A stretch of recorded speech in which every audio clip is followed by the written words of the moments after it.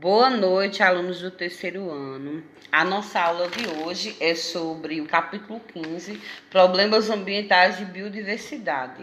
Gente, começa na página 256. É o seguinte, esse tema é um tema urgente, é um tema atual, tá certo? E ele é imprescindível para que a gente pense nele, tá certo? Por quê? Porque a vida humana na Terra, ela é necessária que exista equilíbrio, né? É necessário que o ser humano ele viva em equilíbrio com o meio ambiente. Na verdade, sempre o ser humano viveu em equilíbrio, em total equilíbrio. As pessoas elas moravam em casa de taipa, né, que é casa de pau a pique. As pessoas elas cozinhavam com madeira, né? As pessoas elas viviam em total equilíbrio com o meio ambiente, né? Então o que aconteceu? O que aconteceu foi que ocorreu como vocês já sabem, a Revolução Industrial, né? E o que foi? O que aconteceu nessa Revolução Industrial? As tecnologias elas começaram a se desenvolver mais, né? O ser humano ele começou a utilizar o carvão mineral, né, como fonte de energia, né, que inclusive o que ficou bem marcante foi a história dos trens, né?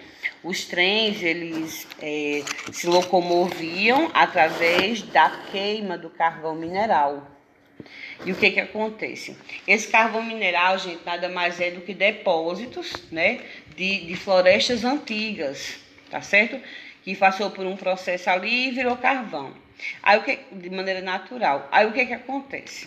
Nunca, durante a história da humanidade, se retirou tanto material e queimou, né? Então é o seguinte, existe uma máxima de Lavoisier que diz: na natureza nada se cria, tudo se transforma, né? Mas o que acontece? Quando a gente queima esse carvão mineral, seja o petróleo, qualquer outra coisa, vocês bem sabem que isso vai virar o quê? Se eu queimar 1 quilo de carvão mineral aqui, vai ser 1 quilo de CO2 lá na atmosfera. Então, o que vem acontecendo? Acontecendo um desequilíbrio ambiental. O meio ambiente não vai conseguir repor, não vai conseguir melhorar. Vai ser milhões de anos para que isso venha a ser organizado, né? Até lá nós não vamos ter mais vida, né? Não vai existir mais. Por quê? Porque o ser humano está degradando o planeta. Se o ser humano, se os governos, se nós não mudarmos as nossas atitudes, então vai ser muito difícil a vida das futuras gerações, porque não vão existir recursos, e os recursos disponíveis vão estar todos o quê? Todos contaminados, poluídos, degradados. O ambiente, a Terra é um ecossistema gigantesco, né? Ele é um organismo. Então a funcionalidade da Terra depende de quê? Da concentração de gases na atmosfera e da qualidade e quantidade de gases. Ou seja, eu não posso pegar milhões de toneladas de CO2 e lançar na atmosfera e achar que vai ficar ileso, né? Porque vai alterar o clima, o ambiente, a dinâmica de toda a Terra. Eu não posso simplesmente jogar rejeitos industriais, esgotos nos rios, nos oceanos, né? Porque vai morrer as espécies. E como é que vai se limpar, né? Se eu estou pegando a sujeira e jogando nas fontes de água. Então, o ser humano ele é totalmente dependente da natureza, né? A gente depende da natureza para alimentação, né? Para retirada de energia, da energia que a gente vai precisar. O ser humano ele precisa de transportes, de comunicação. Então, tudo isso, o ser humano utiliza o quê? O ser humano vai utilizar os recursos que ele encontra disponível na natureza. Tá certo? Mas o que acontece? Está ocorrendo a degradação, né? Que é o uso exagerado em um curto espaço de tempo. Então, se a Revolução Industrial começou na metade do século XVIII, né? Olha aí, né? Nós estamos no século XXI. Faz pouquíssimo tempo que isso vem se tornando o quê? Esse abalo todo, né? Toda essa destruição do planeta. Os recursos naturais que a gente tem, eles são divididos, tá bom? Então, eles são divididos em recursos perenes, ou seja, água, né? Luz solar, ventos. Por quê? Porque isso tudo depende. Por exemplo, a água, ela está disponível em maior quantidade no inverno, né? Vai ter regiões do planeta, por exemplo, aqui no Brasil, a região sudeste tem água o ano inteiro, mas aqui no nordeste a estiagem é muito longa e não vai ter a disponibilidade de água o ano inteiro, né? Aí a luz solar, então, já que no nordeste vai ter uma alta incidência de luz solar, em contrapartida, lá na região sudeste e sul vai ter menos, né? Por exemplo, lá na região norte do planeta, né? Vai ter muito menos incidência de raios solares, por exemplo. A maior parte é no Equador. Os ventos, né? Então, existem regiões do mundo que ventam mais, que ventam menos. Então, tudo isso é interligado. Os recursos renováveis, né? Vai ser o quê? O ar, né? A água, o solo, os produtos florestais. Por quê? Porque eu posso degradar uma floresta, mas eu posso sim recuperar ela. Ressaltando, gente, a desertificação. No processo de desertificação, não é possível é um processo altamente caro e extremamente dispendioso eu renovar um lugar que foi desertificado. Não existe mais matéria orgânica ali, né? Não existe. Então, a água, né? A água é um recurso renovável? Porque chove, né? Agora vamos imaginar que ao longo desse tempo o ser humano vem poluindo a água, né? E não existe, por exemplo, na nossa cidade, a única fonte de água aqui na cidade é a lagoa e está contaminado. A gente está vivendo aqui porque vem água de outras cidades, mas se fosse há tempos atrás não existiria nem água aqui para a gente, né? Os recursos não renováveis. O que seriam os recursos não renováveis? São aqueles recursos que os seres humanos não vão conseguir mais repor de maneira rápida, né? Porque, como por exemplo, o carvão mineral tem milhões de anos. Então, como é que o ser humano ele vai produzir carvão mineral? Não existe isso, né? Então, é um bem não renovável. O petróleo é um bem não renovável. É tanto que a gente sabe que o petróleo, ele vai se acabar, os governos, as pessoas que são envolvidas com tecnologias já estão desenvolvendo novas tecnologias para quê? Para renovar esses recursos, os recursos da terra, renovar os recursos não, fazer novos aparelhos, novos carros com outras fontes de energia, porque não vai ter mais petróleo. O petróleo agora está em alta. Por quê? Porque os derivados do petróleo, eles têm que aumentar o valor, o preço, para quê? Para que eles venham arrecadar mais dinheiro. Mas daqui a um certo tempo não vai ter mais o recurso e vai ser necessária uma nova tecnologia, como a gente sabe, como por exemplo a Tesla, né? A Tesla, que é aquela empresa bem famosa que tem no mundo, esqueci agora o nome dele. Eita. Ele é para estar lembrando. Então, o que acontece na Tesla? A Tesla é uma empresa de altíssima, é a maior, mais top de carros, de tecnologias. Aí, o que acontece? Eles já estão investindo em novas formas de combustível. Por quê? Porque se sabe que não vai ter o petróleo para sempre, né? O gás natural também vai se acabar, por exemplo. Existem os derivados do petróleo e existe também o gás natural, né? Então, o que acontece? O homem está retirando o tempo inteiro e não vai ter como repor, né? Metais. Então, por exemplo, uma jazida de ferro, né? Aqui em Bodó, por exemplo, nós temos uma jazida, né? Um veio de xelita. Então, é claro que esses recursos, eles são finitos, né? Eles são finitos e mesmo que não sejam finitos, assim, daqui a muitos anos, né, que nossa geração talvez não viva a finitude desses recursos, mas vai ficar mais escasso. Então, para as gerações futuras, vai sobrar o quê, né? Só, vamos supor, a gente extrai o ferro enferruja, né? Aí o que você vai fazer? Por exemplo, as pedras preciosas, né? Tudo isso são recursos naturais que o homem vem extraindo da terra, tá certo? Então, gente, aqui no livro de vocês, na página 257, fala sobre a pegada ecológica. E o que seria pegada ecológica? Pegada ecológica é o seu estilo de vida.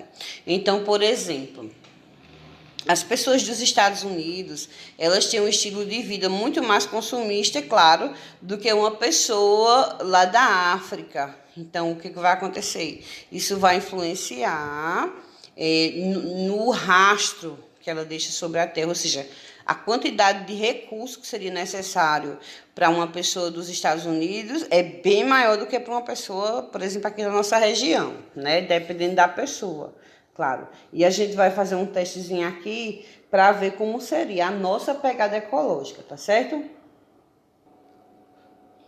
Então, gente, aqui é o site da WWF, né, que é um órgão, tipo o Greenpeace, certo? Ele é relacionado às questões ambientais. Então, aqui você vai ver diversos assuntos relacionados à pegada ecológica, como, por exemplo, como mudar a sua pegada ecológica, né? Como mudar seu estilo de vida. Pronto, então o que compõe essa pegada ecológica, né? Então, pegada ecológica é o quê? É uma forma, né, de traduzir em hectares a extensão do território que uma pessoa ou uma sociedade utiliza em média para se sustentar. Então, está relacionado a quê? À quantidade de carne que você come, aos transportes que você usa, tá certo? A quantidade de carbono, né? Por quê? Porque tem a ver com, se você usa uma pessoa que usa muito transporte particular, né? Então, você vai gastar mais CO2 do que alguém que anda de transporte público ou de bicicleta, por exemplo, né? Aí, como eu estava dizendo aqui, ó, a quantidade de carne que você come, os móveis que você compra no ano, se sua casa é muito grande, né? Todos os recursos que você compra, que você come, roupa, móveis, tudo, certo? Se você tem eletrodomésticos em casa, é relacionado a uma série de aspectos que vai ter na sua vida. E outra, não é apenas se você tem esses objetos ou não, mas também se você compra com regularidade. Pronto, olha, isso aqui é o símbolo da pegada ecológica, tá certo? Vejam, esse aqui é William Hess, né? Ele foi nos anos 90 quem cunhou, em 1990 na verdade, que cunhou a ideia de pegada ecológica. E esse aqui é Matias, não sei o nome dele, gente, certo? Que também foi um dos que, né, que idealizou o propósito da pegada ecológica. E a questão da água, gente, como é que fica a questão da água? Então, como vocês estão vendo aqui, né, 2,5% da água do mundo é doce, porém está congelada, né? 97% dessa água é água do mar, então não é potável, ou seja, a gente não vai beber água do mar, né? E apenas 0,5% é disponível, ou seja, é água doce, potável para a gente tomar. E desse 0,5, 97,9% está onde? Está nos aquíferos. Aquíferos são águas subterrâneas. 1,13% das chuvas, 0,9% de lagos naturais, 0,05% reservatórios e 0,02% nos rios. Então, gente, é claro e evidente que não vai existir água potável, né, se a gente continuar poluindo os rios com rejeitos industriais. Por exemplo, na nossa cidade, a lagoa está poluída com o quê, né? Com esgoto. Fizeram o esgoto do lado da lagoa, como assim? Sem contar que a nossa lagoa, no passado, ela foi utilizada para quê? Para despejo de esgoto, né?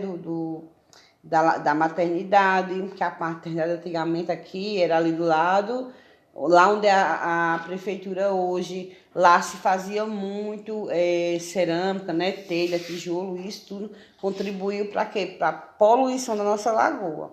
Então, observem aí esses valores, né, de 0,5% da água disponível no mundo, a 97,9%, quase 98%, está onde? Estão nos aquíferos.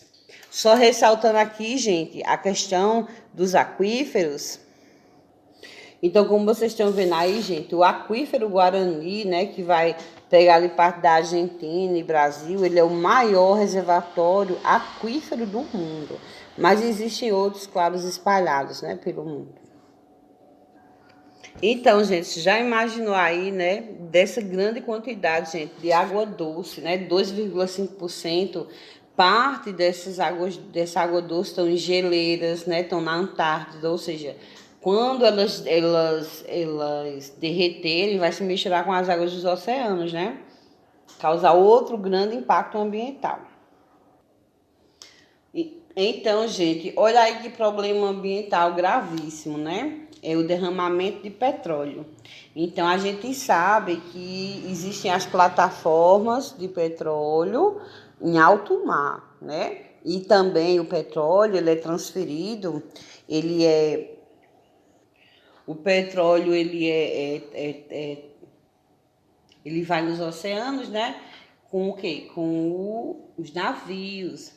E sempre ocorre acidentes gigantescos, né? Que degradam as espécies, a água, né? A gente sabe que não vai se misturar, mas vai ficar ali naquela camada superficial, né? E vai danificar as aves, principalmente as aves marinhas, né?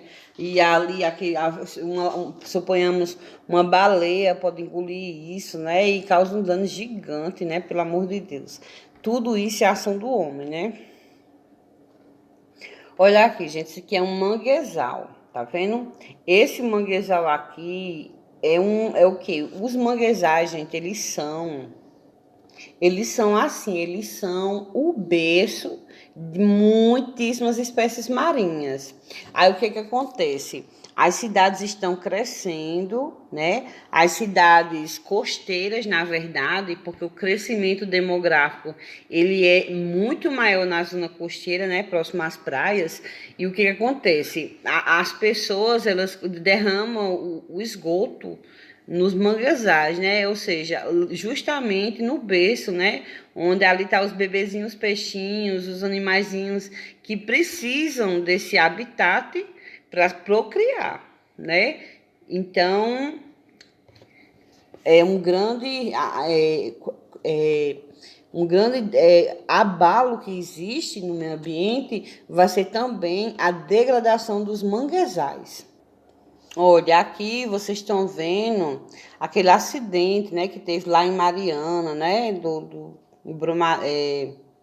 lá na região sudeste, né, aquele acidente que teve, onde se teve o rejeito, né, de minério, escorreu aí pelo rio, e o que aconteceu? 100% de morto aqui, né, claro, das espécies desse rio aqui, porque eles morreram pela contaminação de metais pesados. Gente, além de tudo isso, né, do derramamento de petróleo, das indústrias lançando resíduos de tintas, acidentes que derramam rejeitos nos... Então, gente, durante toda a história da humanidade, né, as pessoas elas tiveram no começo, né, hábitos de higiene bem precários, né? Hoje a gente tem esgoto, água sanitária para fazer a higienização das coisas, mas nem sempre foi assim, né? E outra, nem sempre as pessoas moraram em cidades, né? Na verdade, as pessoas sempre moraram mais na zona rural. Então, o problema do esgoto não era um grande problema. Só quando surgiu as grandes cidades, né, é que começou a problemática do esgoto, né, gente? Então é o seguinte, o surgimento dos primeiros sanitários com esgoto foi no século IV a.C., na Índia, tá certo? Outro problema relacionado à água, né? era de quê? Era na Idade Média. Então, na Idade Média, existiam as cidades e a proliferação de ratos era gigantesca. E esses ratos, eles possuíam uma bactéria, a Escherichia pestis, certo? E ela fazia o quê? Essa bactéria, gente, ela transmite a peste bubônica. Pronto, vocês estão vendo aqui a bactéria, né, que causa a peste bubônica. E aqui vocês estão vendo uma pessoa acometida da peste bubônica, tá certo? Vamos ver aqui as extremidades, veja. A pessoa é conhecida como peste negra, tá vendo? Ó? Porque a pessoa fica com as extremidades enegrecidas. Tá vendo como é gravíssimo, né, essa doença? Transmitida pela água. Olha aqui, gente, aqui é uma fotografia, né, lá da Europa, né? E foi na Europa, mais precisamente lá em Londres, em Praga, onde se começou a pavimentação das cidades. E também se começou a fazer diques de drenagem, que essa drenagem levava os esgotos, né, para cisternas, que escoariam com o passar do tempo para outras regiões das cidades. Gente, um fato importante sobre a Europa durante a Idade Média é que tinha uma incidência gigante de cólera. Então, cólera é uma doença, né? É uma diarreia super forte, que você fica com as suas fezes da cor de arroz, de água de arroz. Cólicas gigantes, né? E a pessoa morre por desidratação. Então, o que acontece? Tinha um surto de cólera, mais de 500 casos numa região. Então, o inglês John Snow, que nasceu em 1813 e morreu em 1858, ele conseguiu provar que as pessoas que estavam com cólera porque existia um poço contaminado, né, com a doença. E por isso as pessoas estavam tendo esse surto de cólera. Tá vendo? Então, esse aqui é John Snow, né? Ele nasceu em 1813 e morreu em 1858. Era um médico, né? Considerado um dos primeiros sanitaristas. Quando a gente pensa em contaminação, a gente sempre associa essa contaminação às questões químicas, né? Mas também tem as poluições, tá certo? Poluições naturais. Como, por exemplo, uma água, ela pode estar contaminada por esquistossomose, tá certo? Vou mostrar aqui a vocês. Veja, aqui é uma criança que ela está com esquistossomose, ou seja, barriga d'água, né? Essa doença aqui é muito grave, gente. Lá no meu setor de trabalho vai muita gente com essa doença, tá vendo? Ó? Então, uma pessoa com essa doença, a barriga d'água, ela tem que colocar uma cânula bem grossa, uma agulha bem grossa, para retirar essa água. E essa água, gente, ela rapidamente vai enchendo a pessoa. Assim, tipo, a pessoa vai tirar hoje, daqui a pouco tempo tem que tirar de novo, tá certo? Dá em crianças e adultos, é uma doença super grave. Então, gente, esse aqui é o verme da esquistossomose, tá vendo? É o macho e a fêmea, fica um dentro do outro. Vejam, e esse é o ciclo. O que acontece no ciclo? Uma pessoa que tem a esquistossomose, ela defeca, né, próxima à água. Ali o que vai acontecer? Os ovos são liberados pelo ser humano e contamina a água, tá certo? Aí o que acontece? O ciclo da esquistossomose, ela está intimamente ligada ao caracol, né? Aí o que acontece? Esses ovos, eles eclodem e liberam uma fase chamada de miracídio, tá certo? Que penetra no caramujo.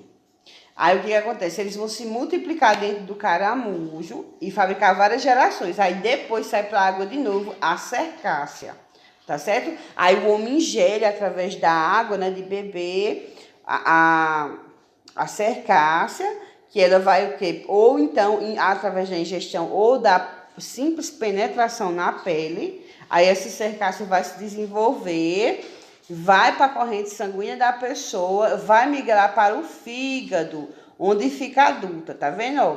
Então, a gente tá vendo a fêmea, essa mais fina, e o macho, esse mais grosso, que fica por fora, né? Tá vendo? Ó? Então, a fêmea é essa que fica por dentro e o macho é essa que fica por fora. Olha aí, outra questão relacionada aos problemas da água, né? Vai ser a eutrofização. Na eutrofização, o que que ocorre? Existe uma proliferação de organismos, tá certo? Que vão ali crescer de maneira desordenada e vão contaminar essa água. Na eutrofização, fica com essa cor esverdeada, né? Porque é o excesso de algas. Olha aí, então, o que é eutrofização? Ela pode ocorrer de maneira natural ou de maneira artificial. Então, o que acontece? É quando em um corpo de água existe excesso de fósforo e nitrogênio, certo? Então, naturalmente, vai existir o quê? Essas concentrações normais dentro da água. Então, essas algas, né, que são micro-organismos que tem, elas vão fazer o quê? Elas vão consumir, gente, o oxigênio da água. E ali vai causar o quê? A morte, né, dos peixes. Aí o que acontece hoje em dia, né? O esgoto não tratado é lançado na água, aí vai ter o quê? Excesso de nitrogênio, excesso de fósforo, do sabão, né, dos contaminantes da água. Fertilizantes artificiais também. As pessoas fertilizam artificialmente as plantações, aí vão escoar para a água, né? Aí vai escoar e vai chegar lá no corpo de água. É o que acontece? Lá estão as águas, que são naturais dos rios, dos lagos. Aí elas vão ter o quê? Excesso de comida, então elas vão se proliferar, né? E ali vão consumir todo o oxigênio e vai ocorrer a morte dos peixes por falta de oxigênio. Olha, gente, isso aqui aconteceu aqui em Lagoa Nova, tá certo? O que aconteceu? Saiu aqui no G1, tá vendo? Ó, o esgoto da nossa cidade causou o quê? Causou a morte dos peixes. Vamos ver aí. Causou a morte dos peixes, né, ó. Então, vamos ver, tá vendo aí, ó. Esse aqui é da nossa cidade, aqui da lagoa, tá certo? E esses peixes morreram. Gente, por hoje, a nossa aula vai ser isso, tá certo? E espero vocês amanhã.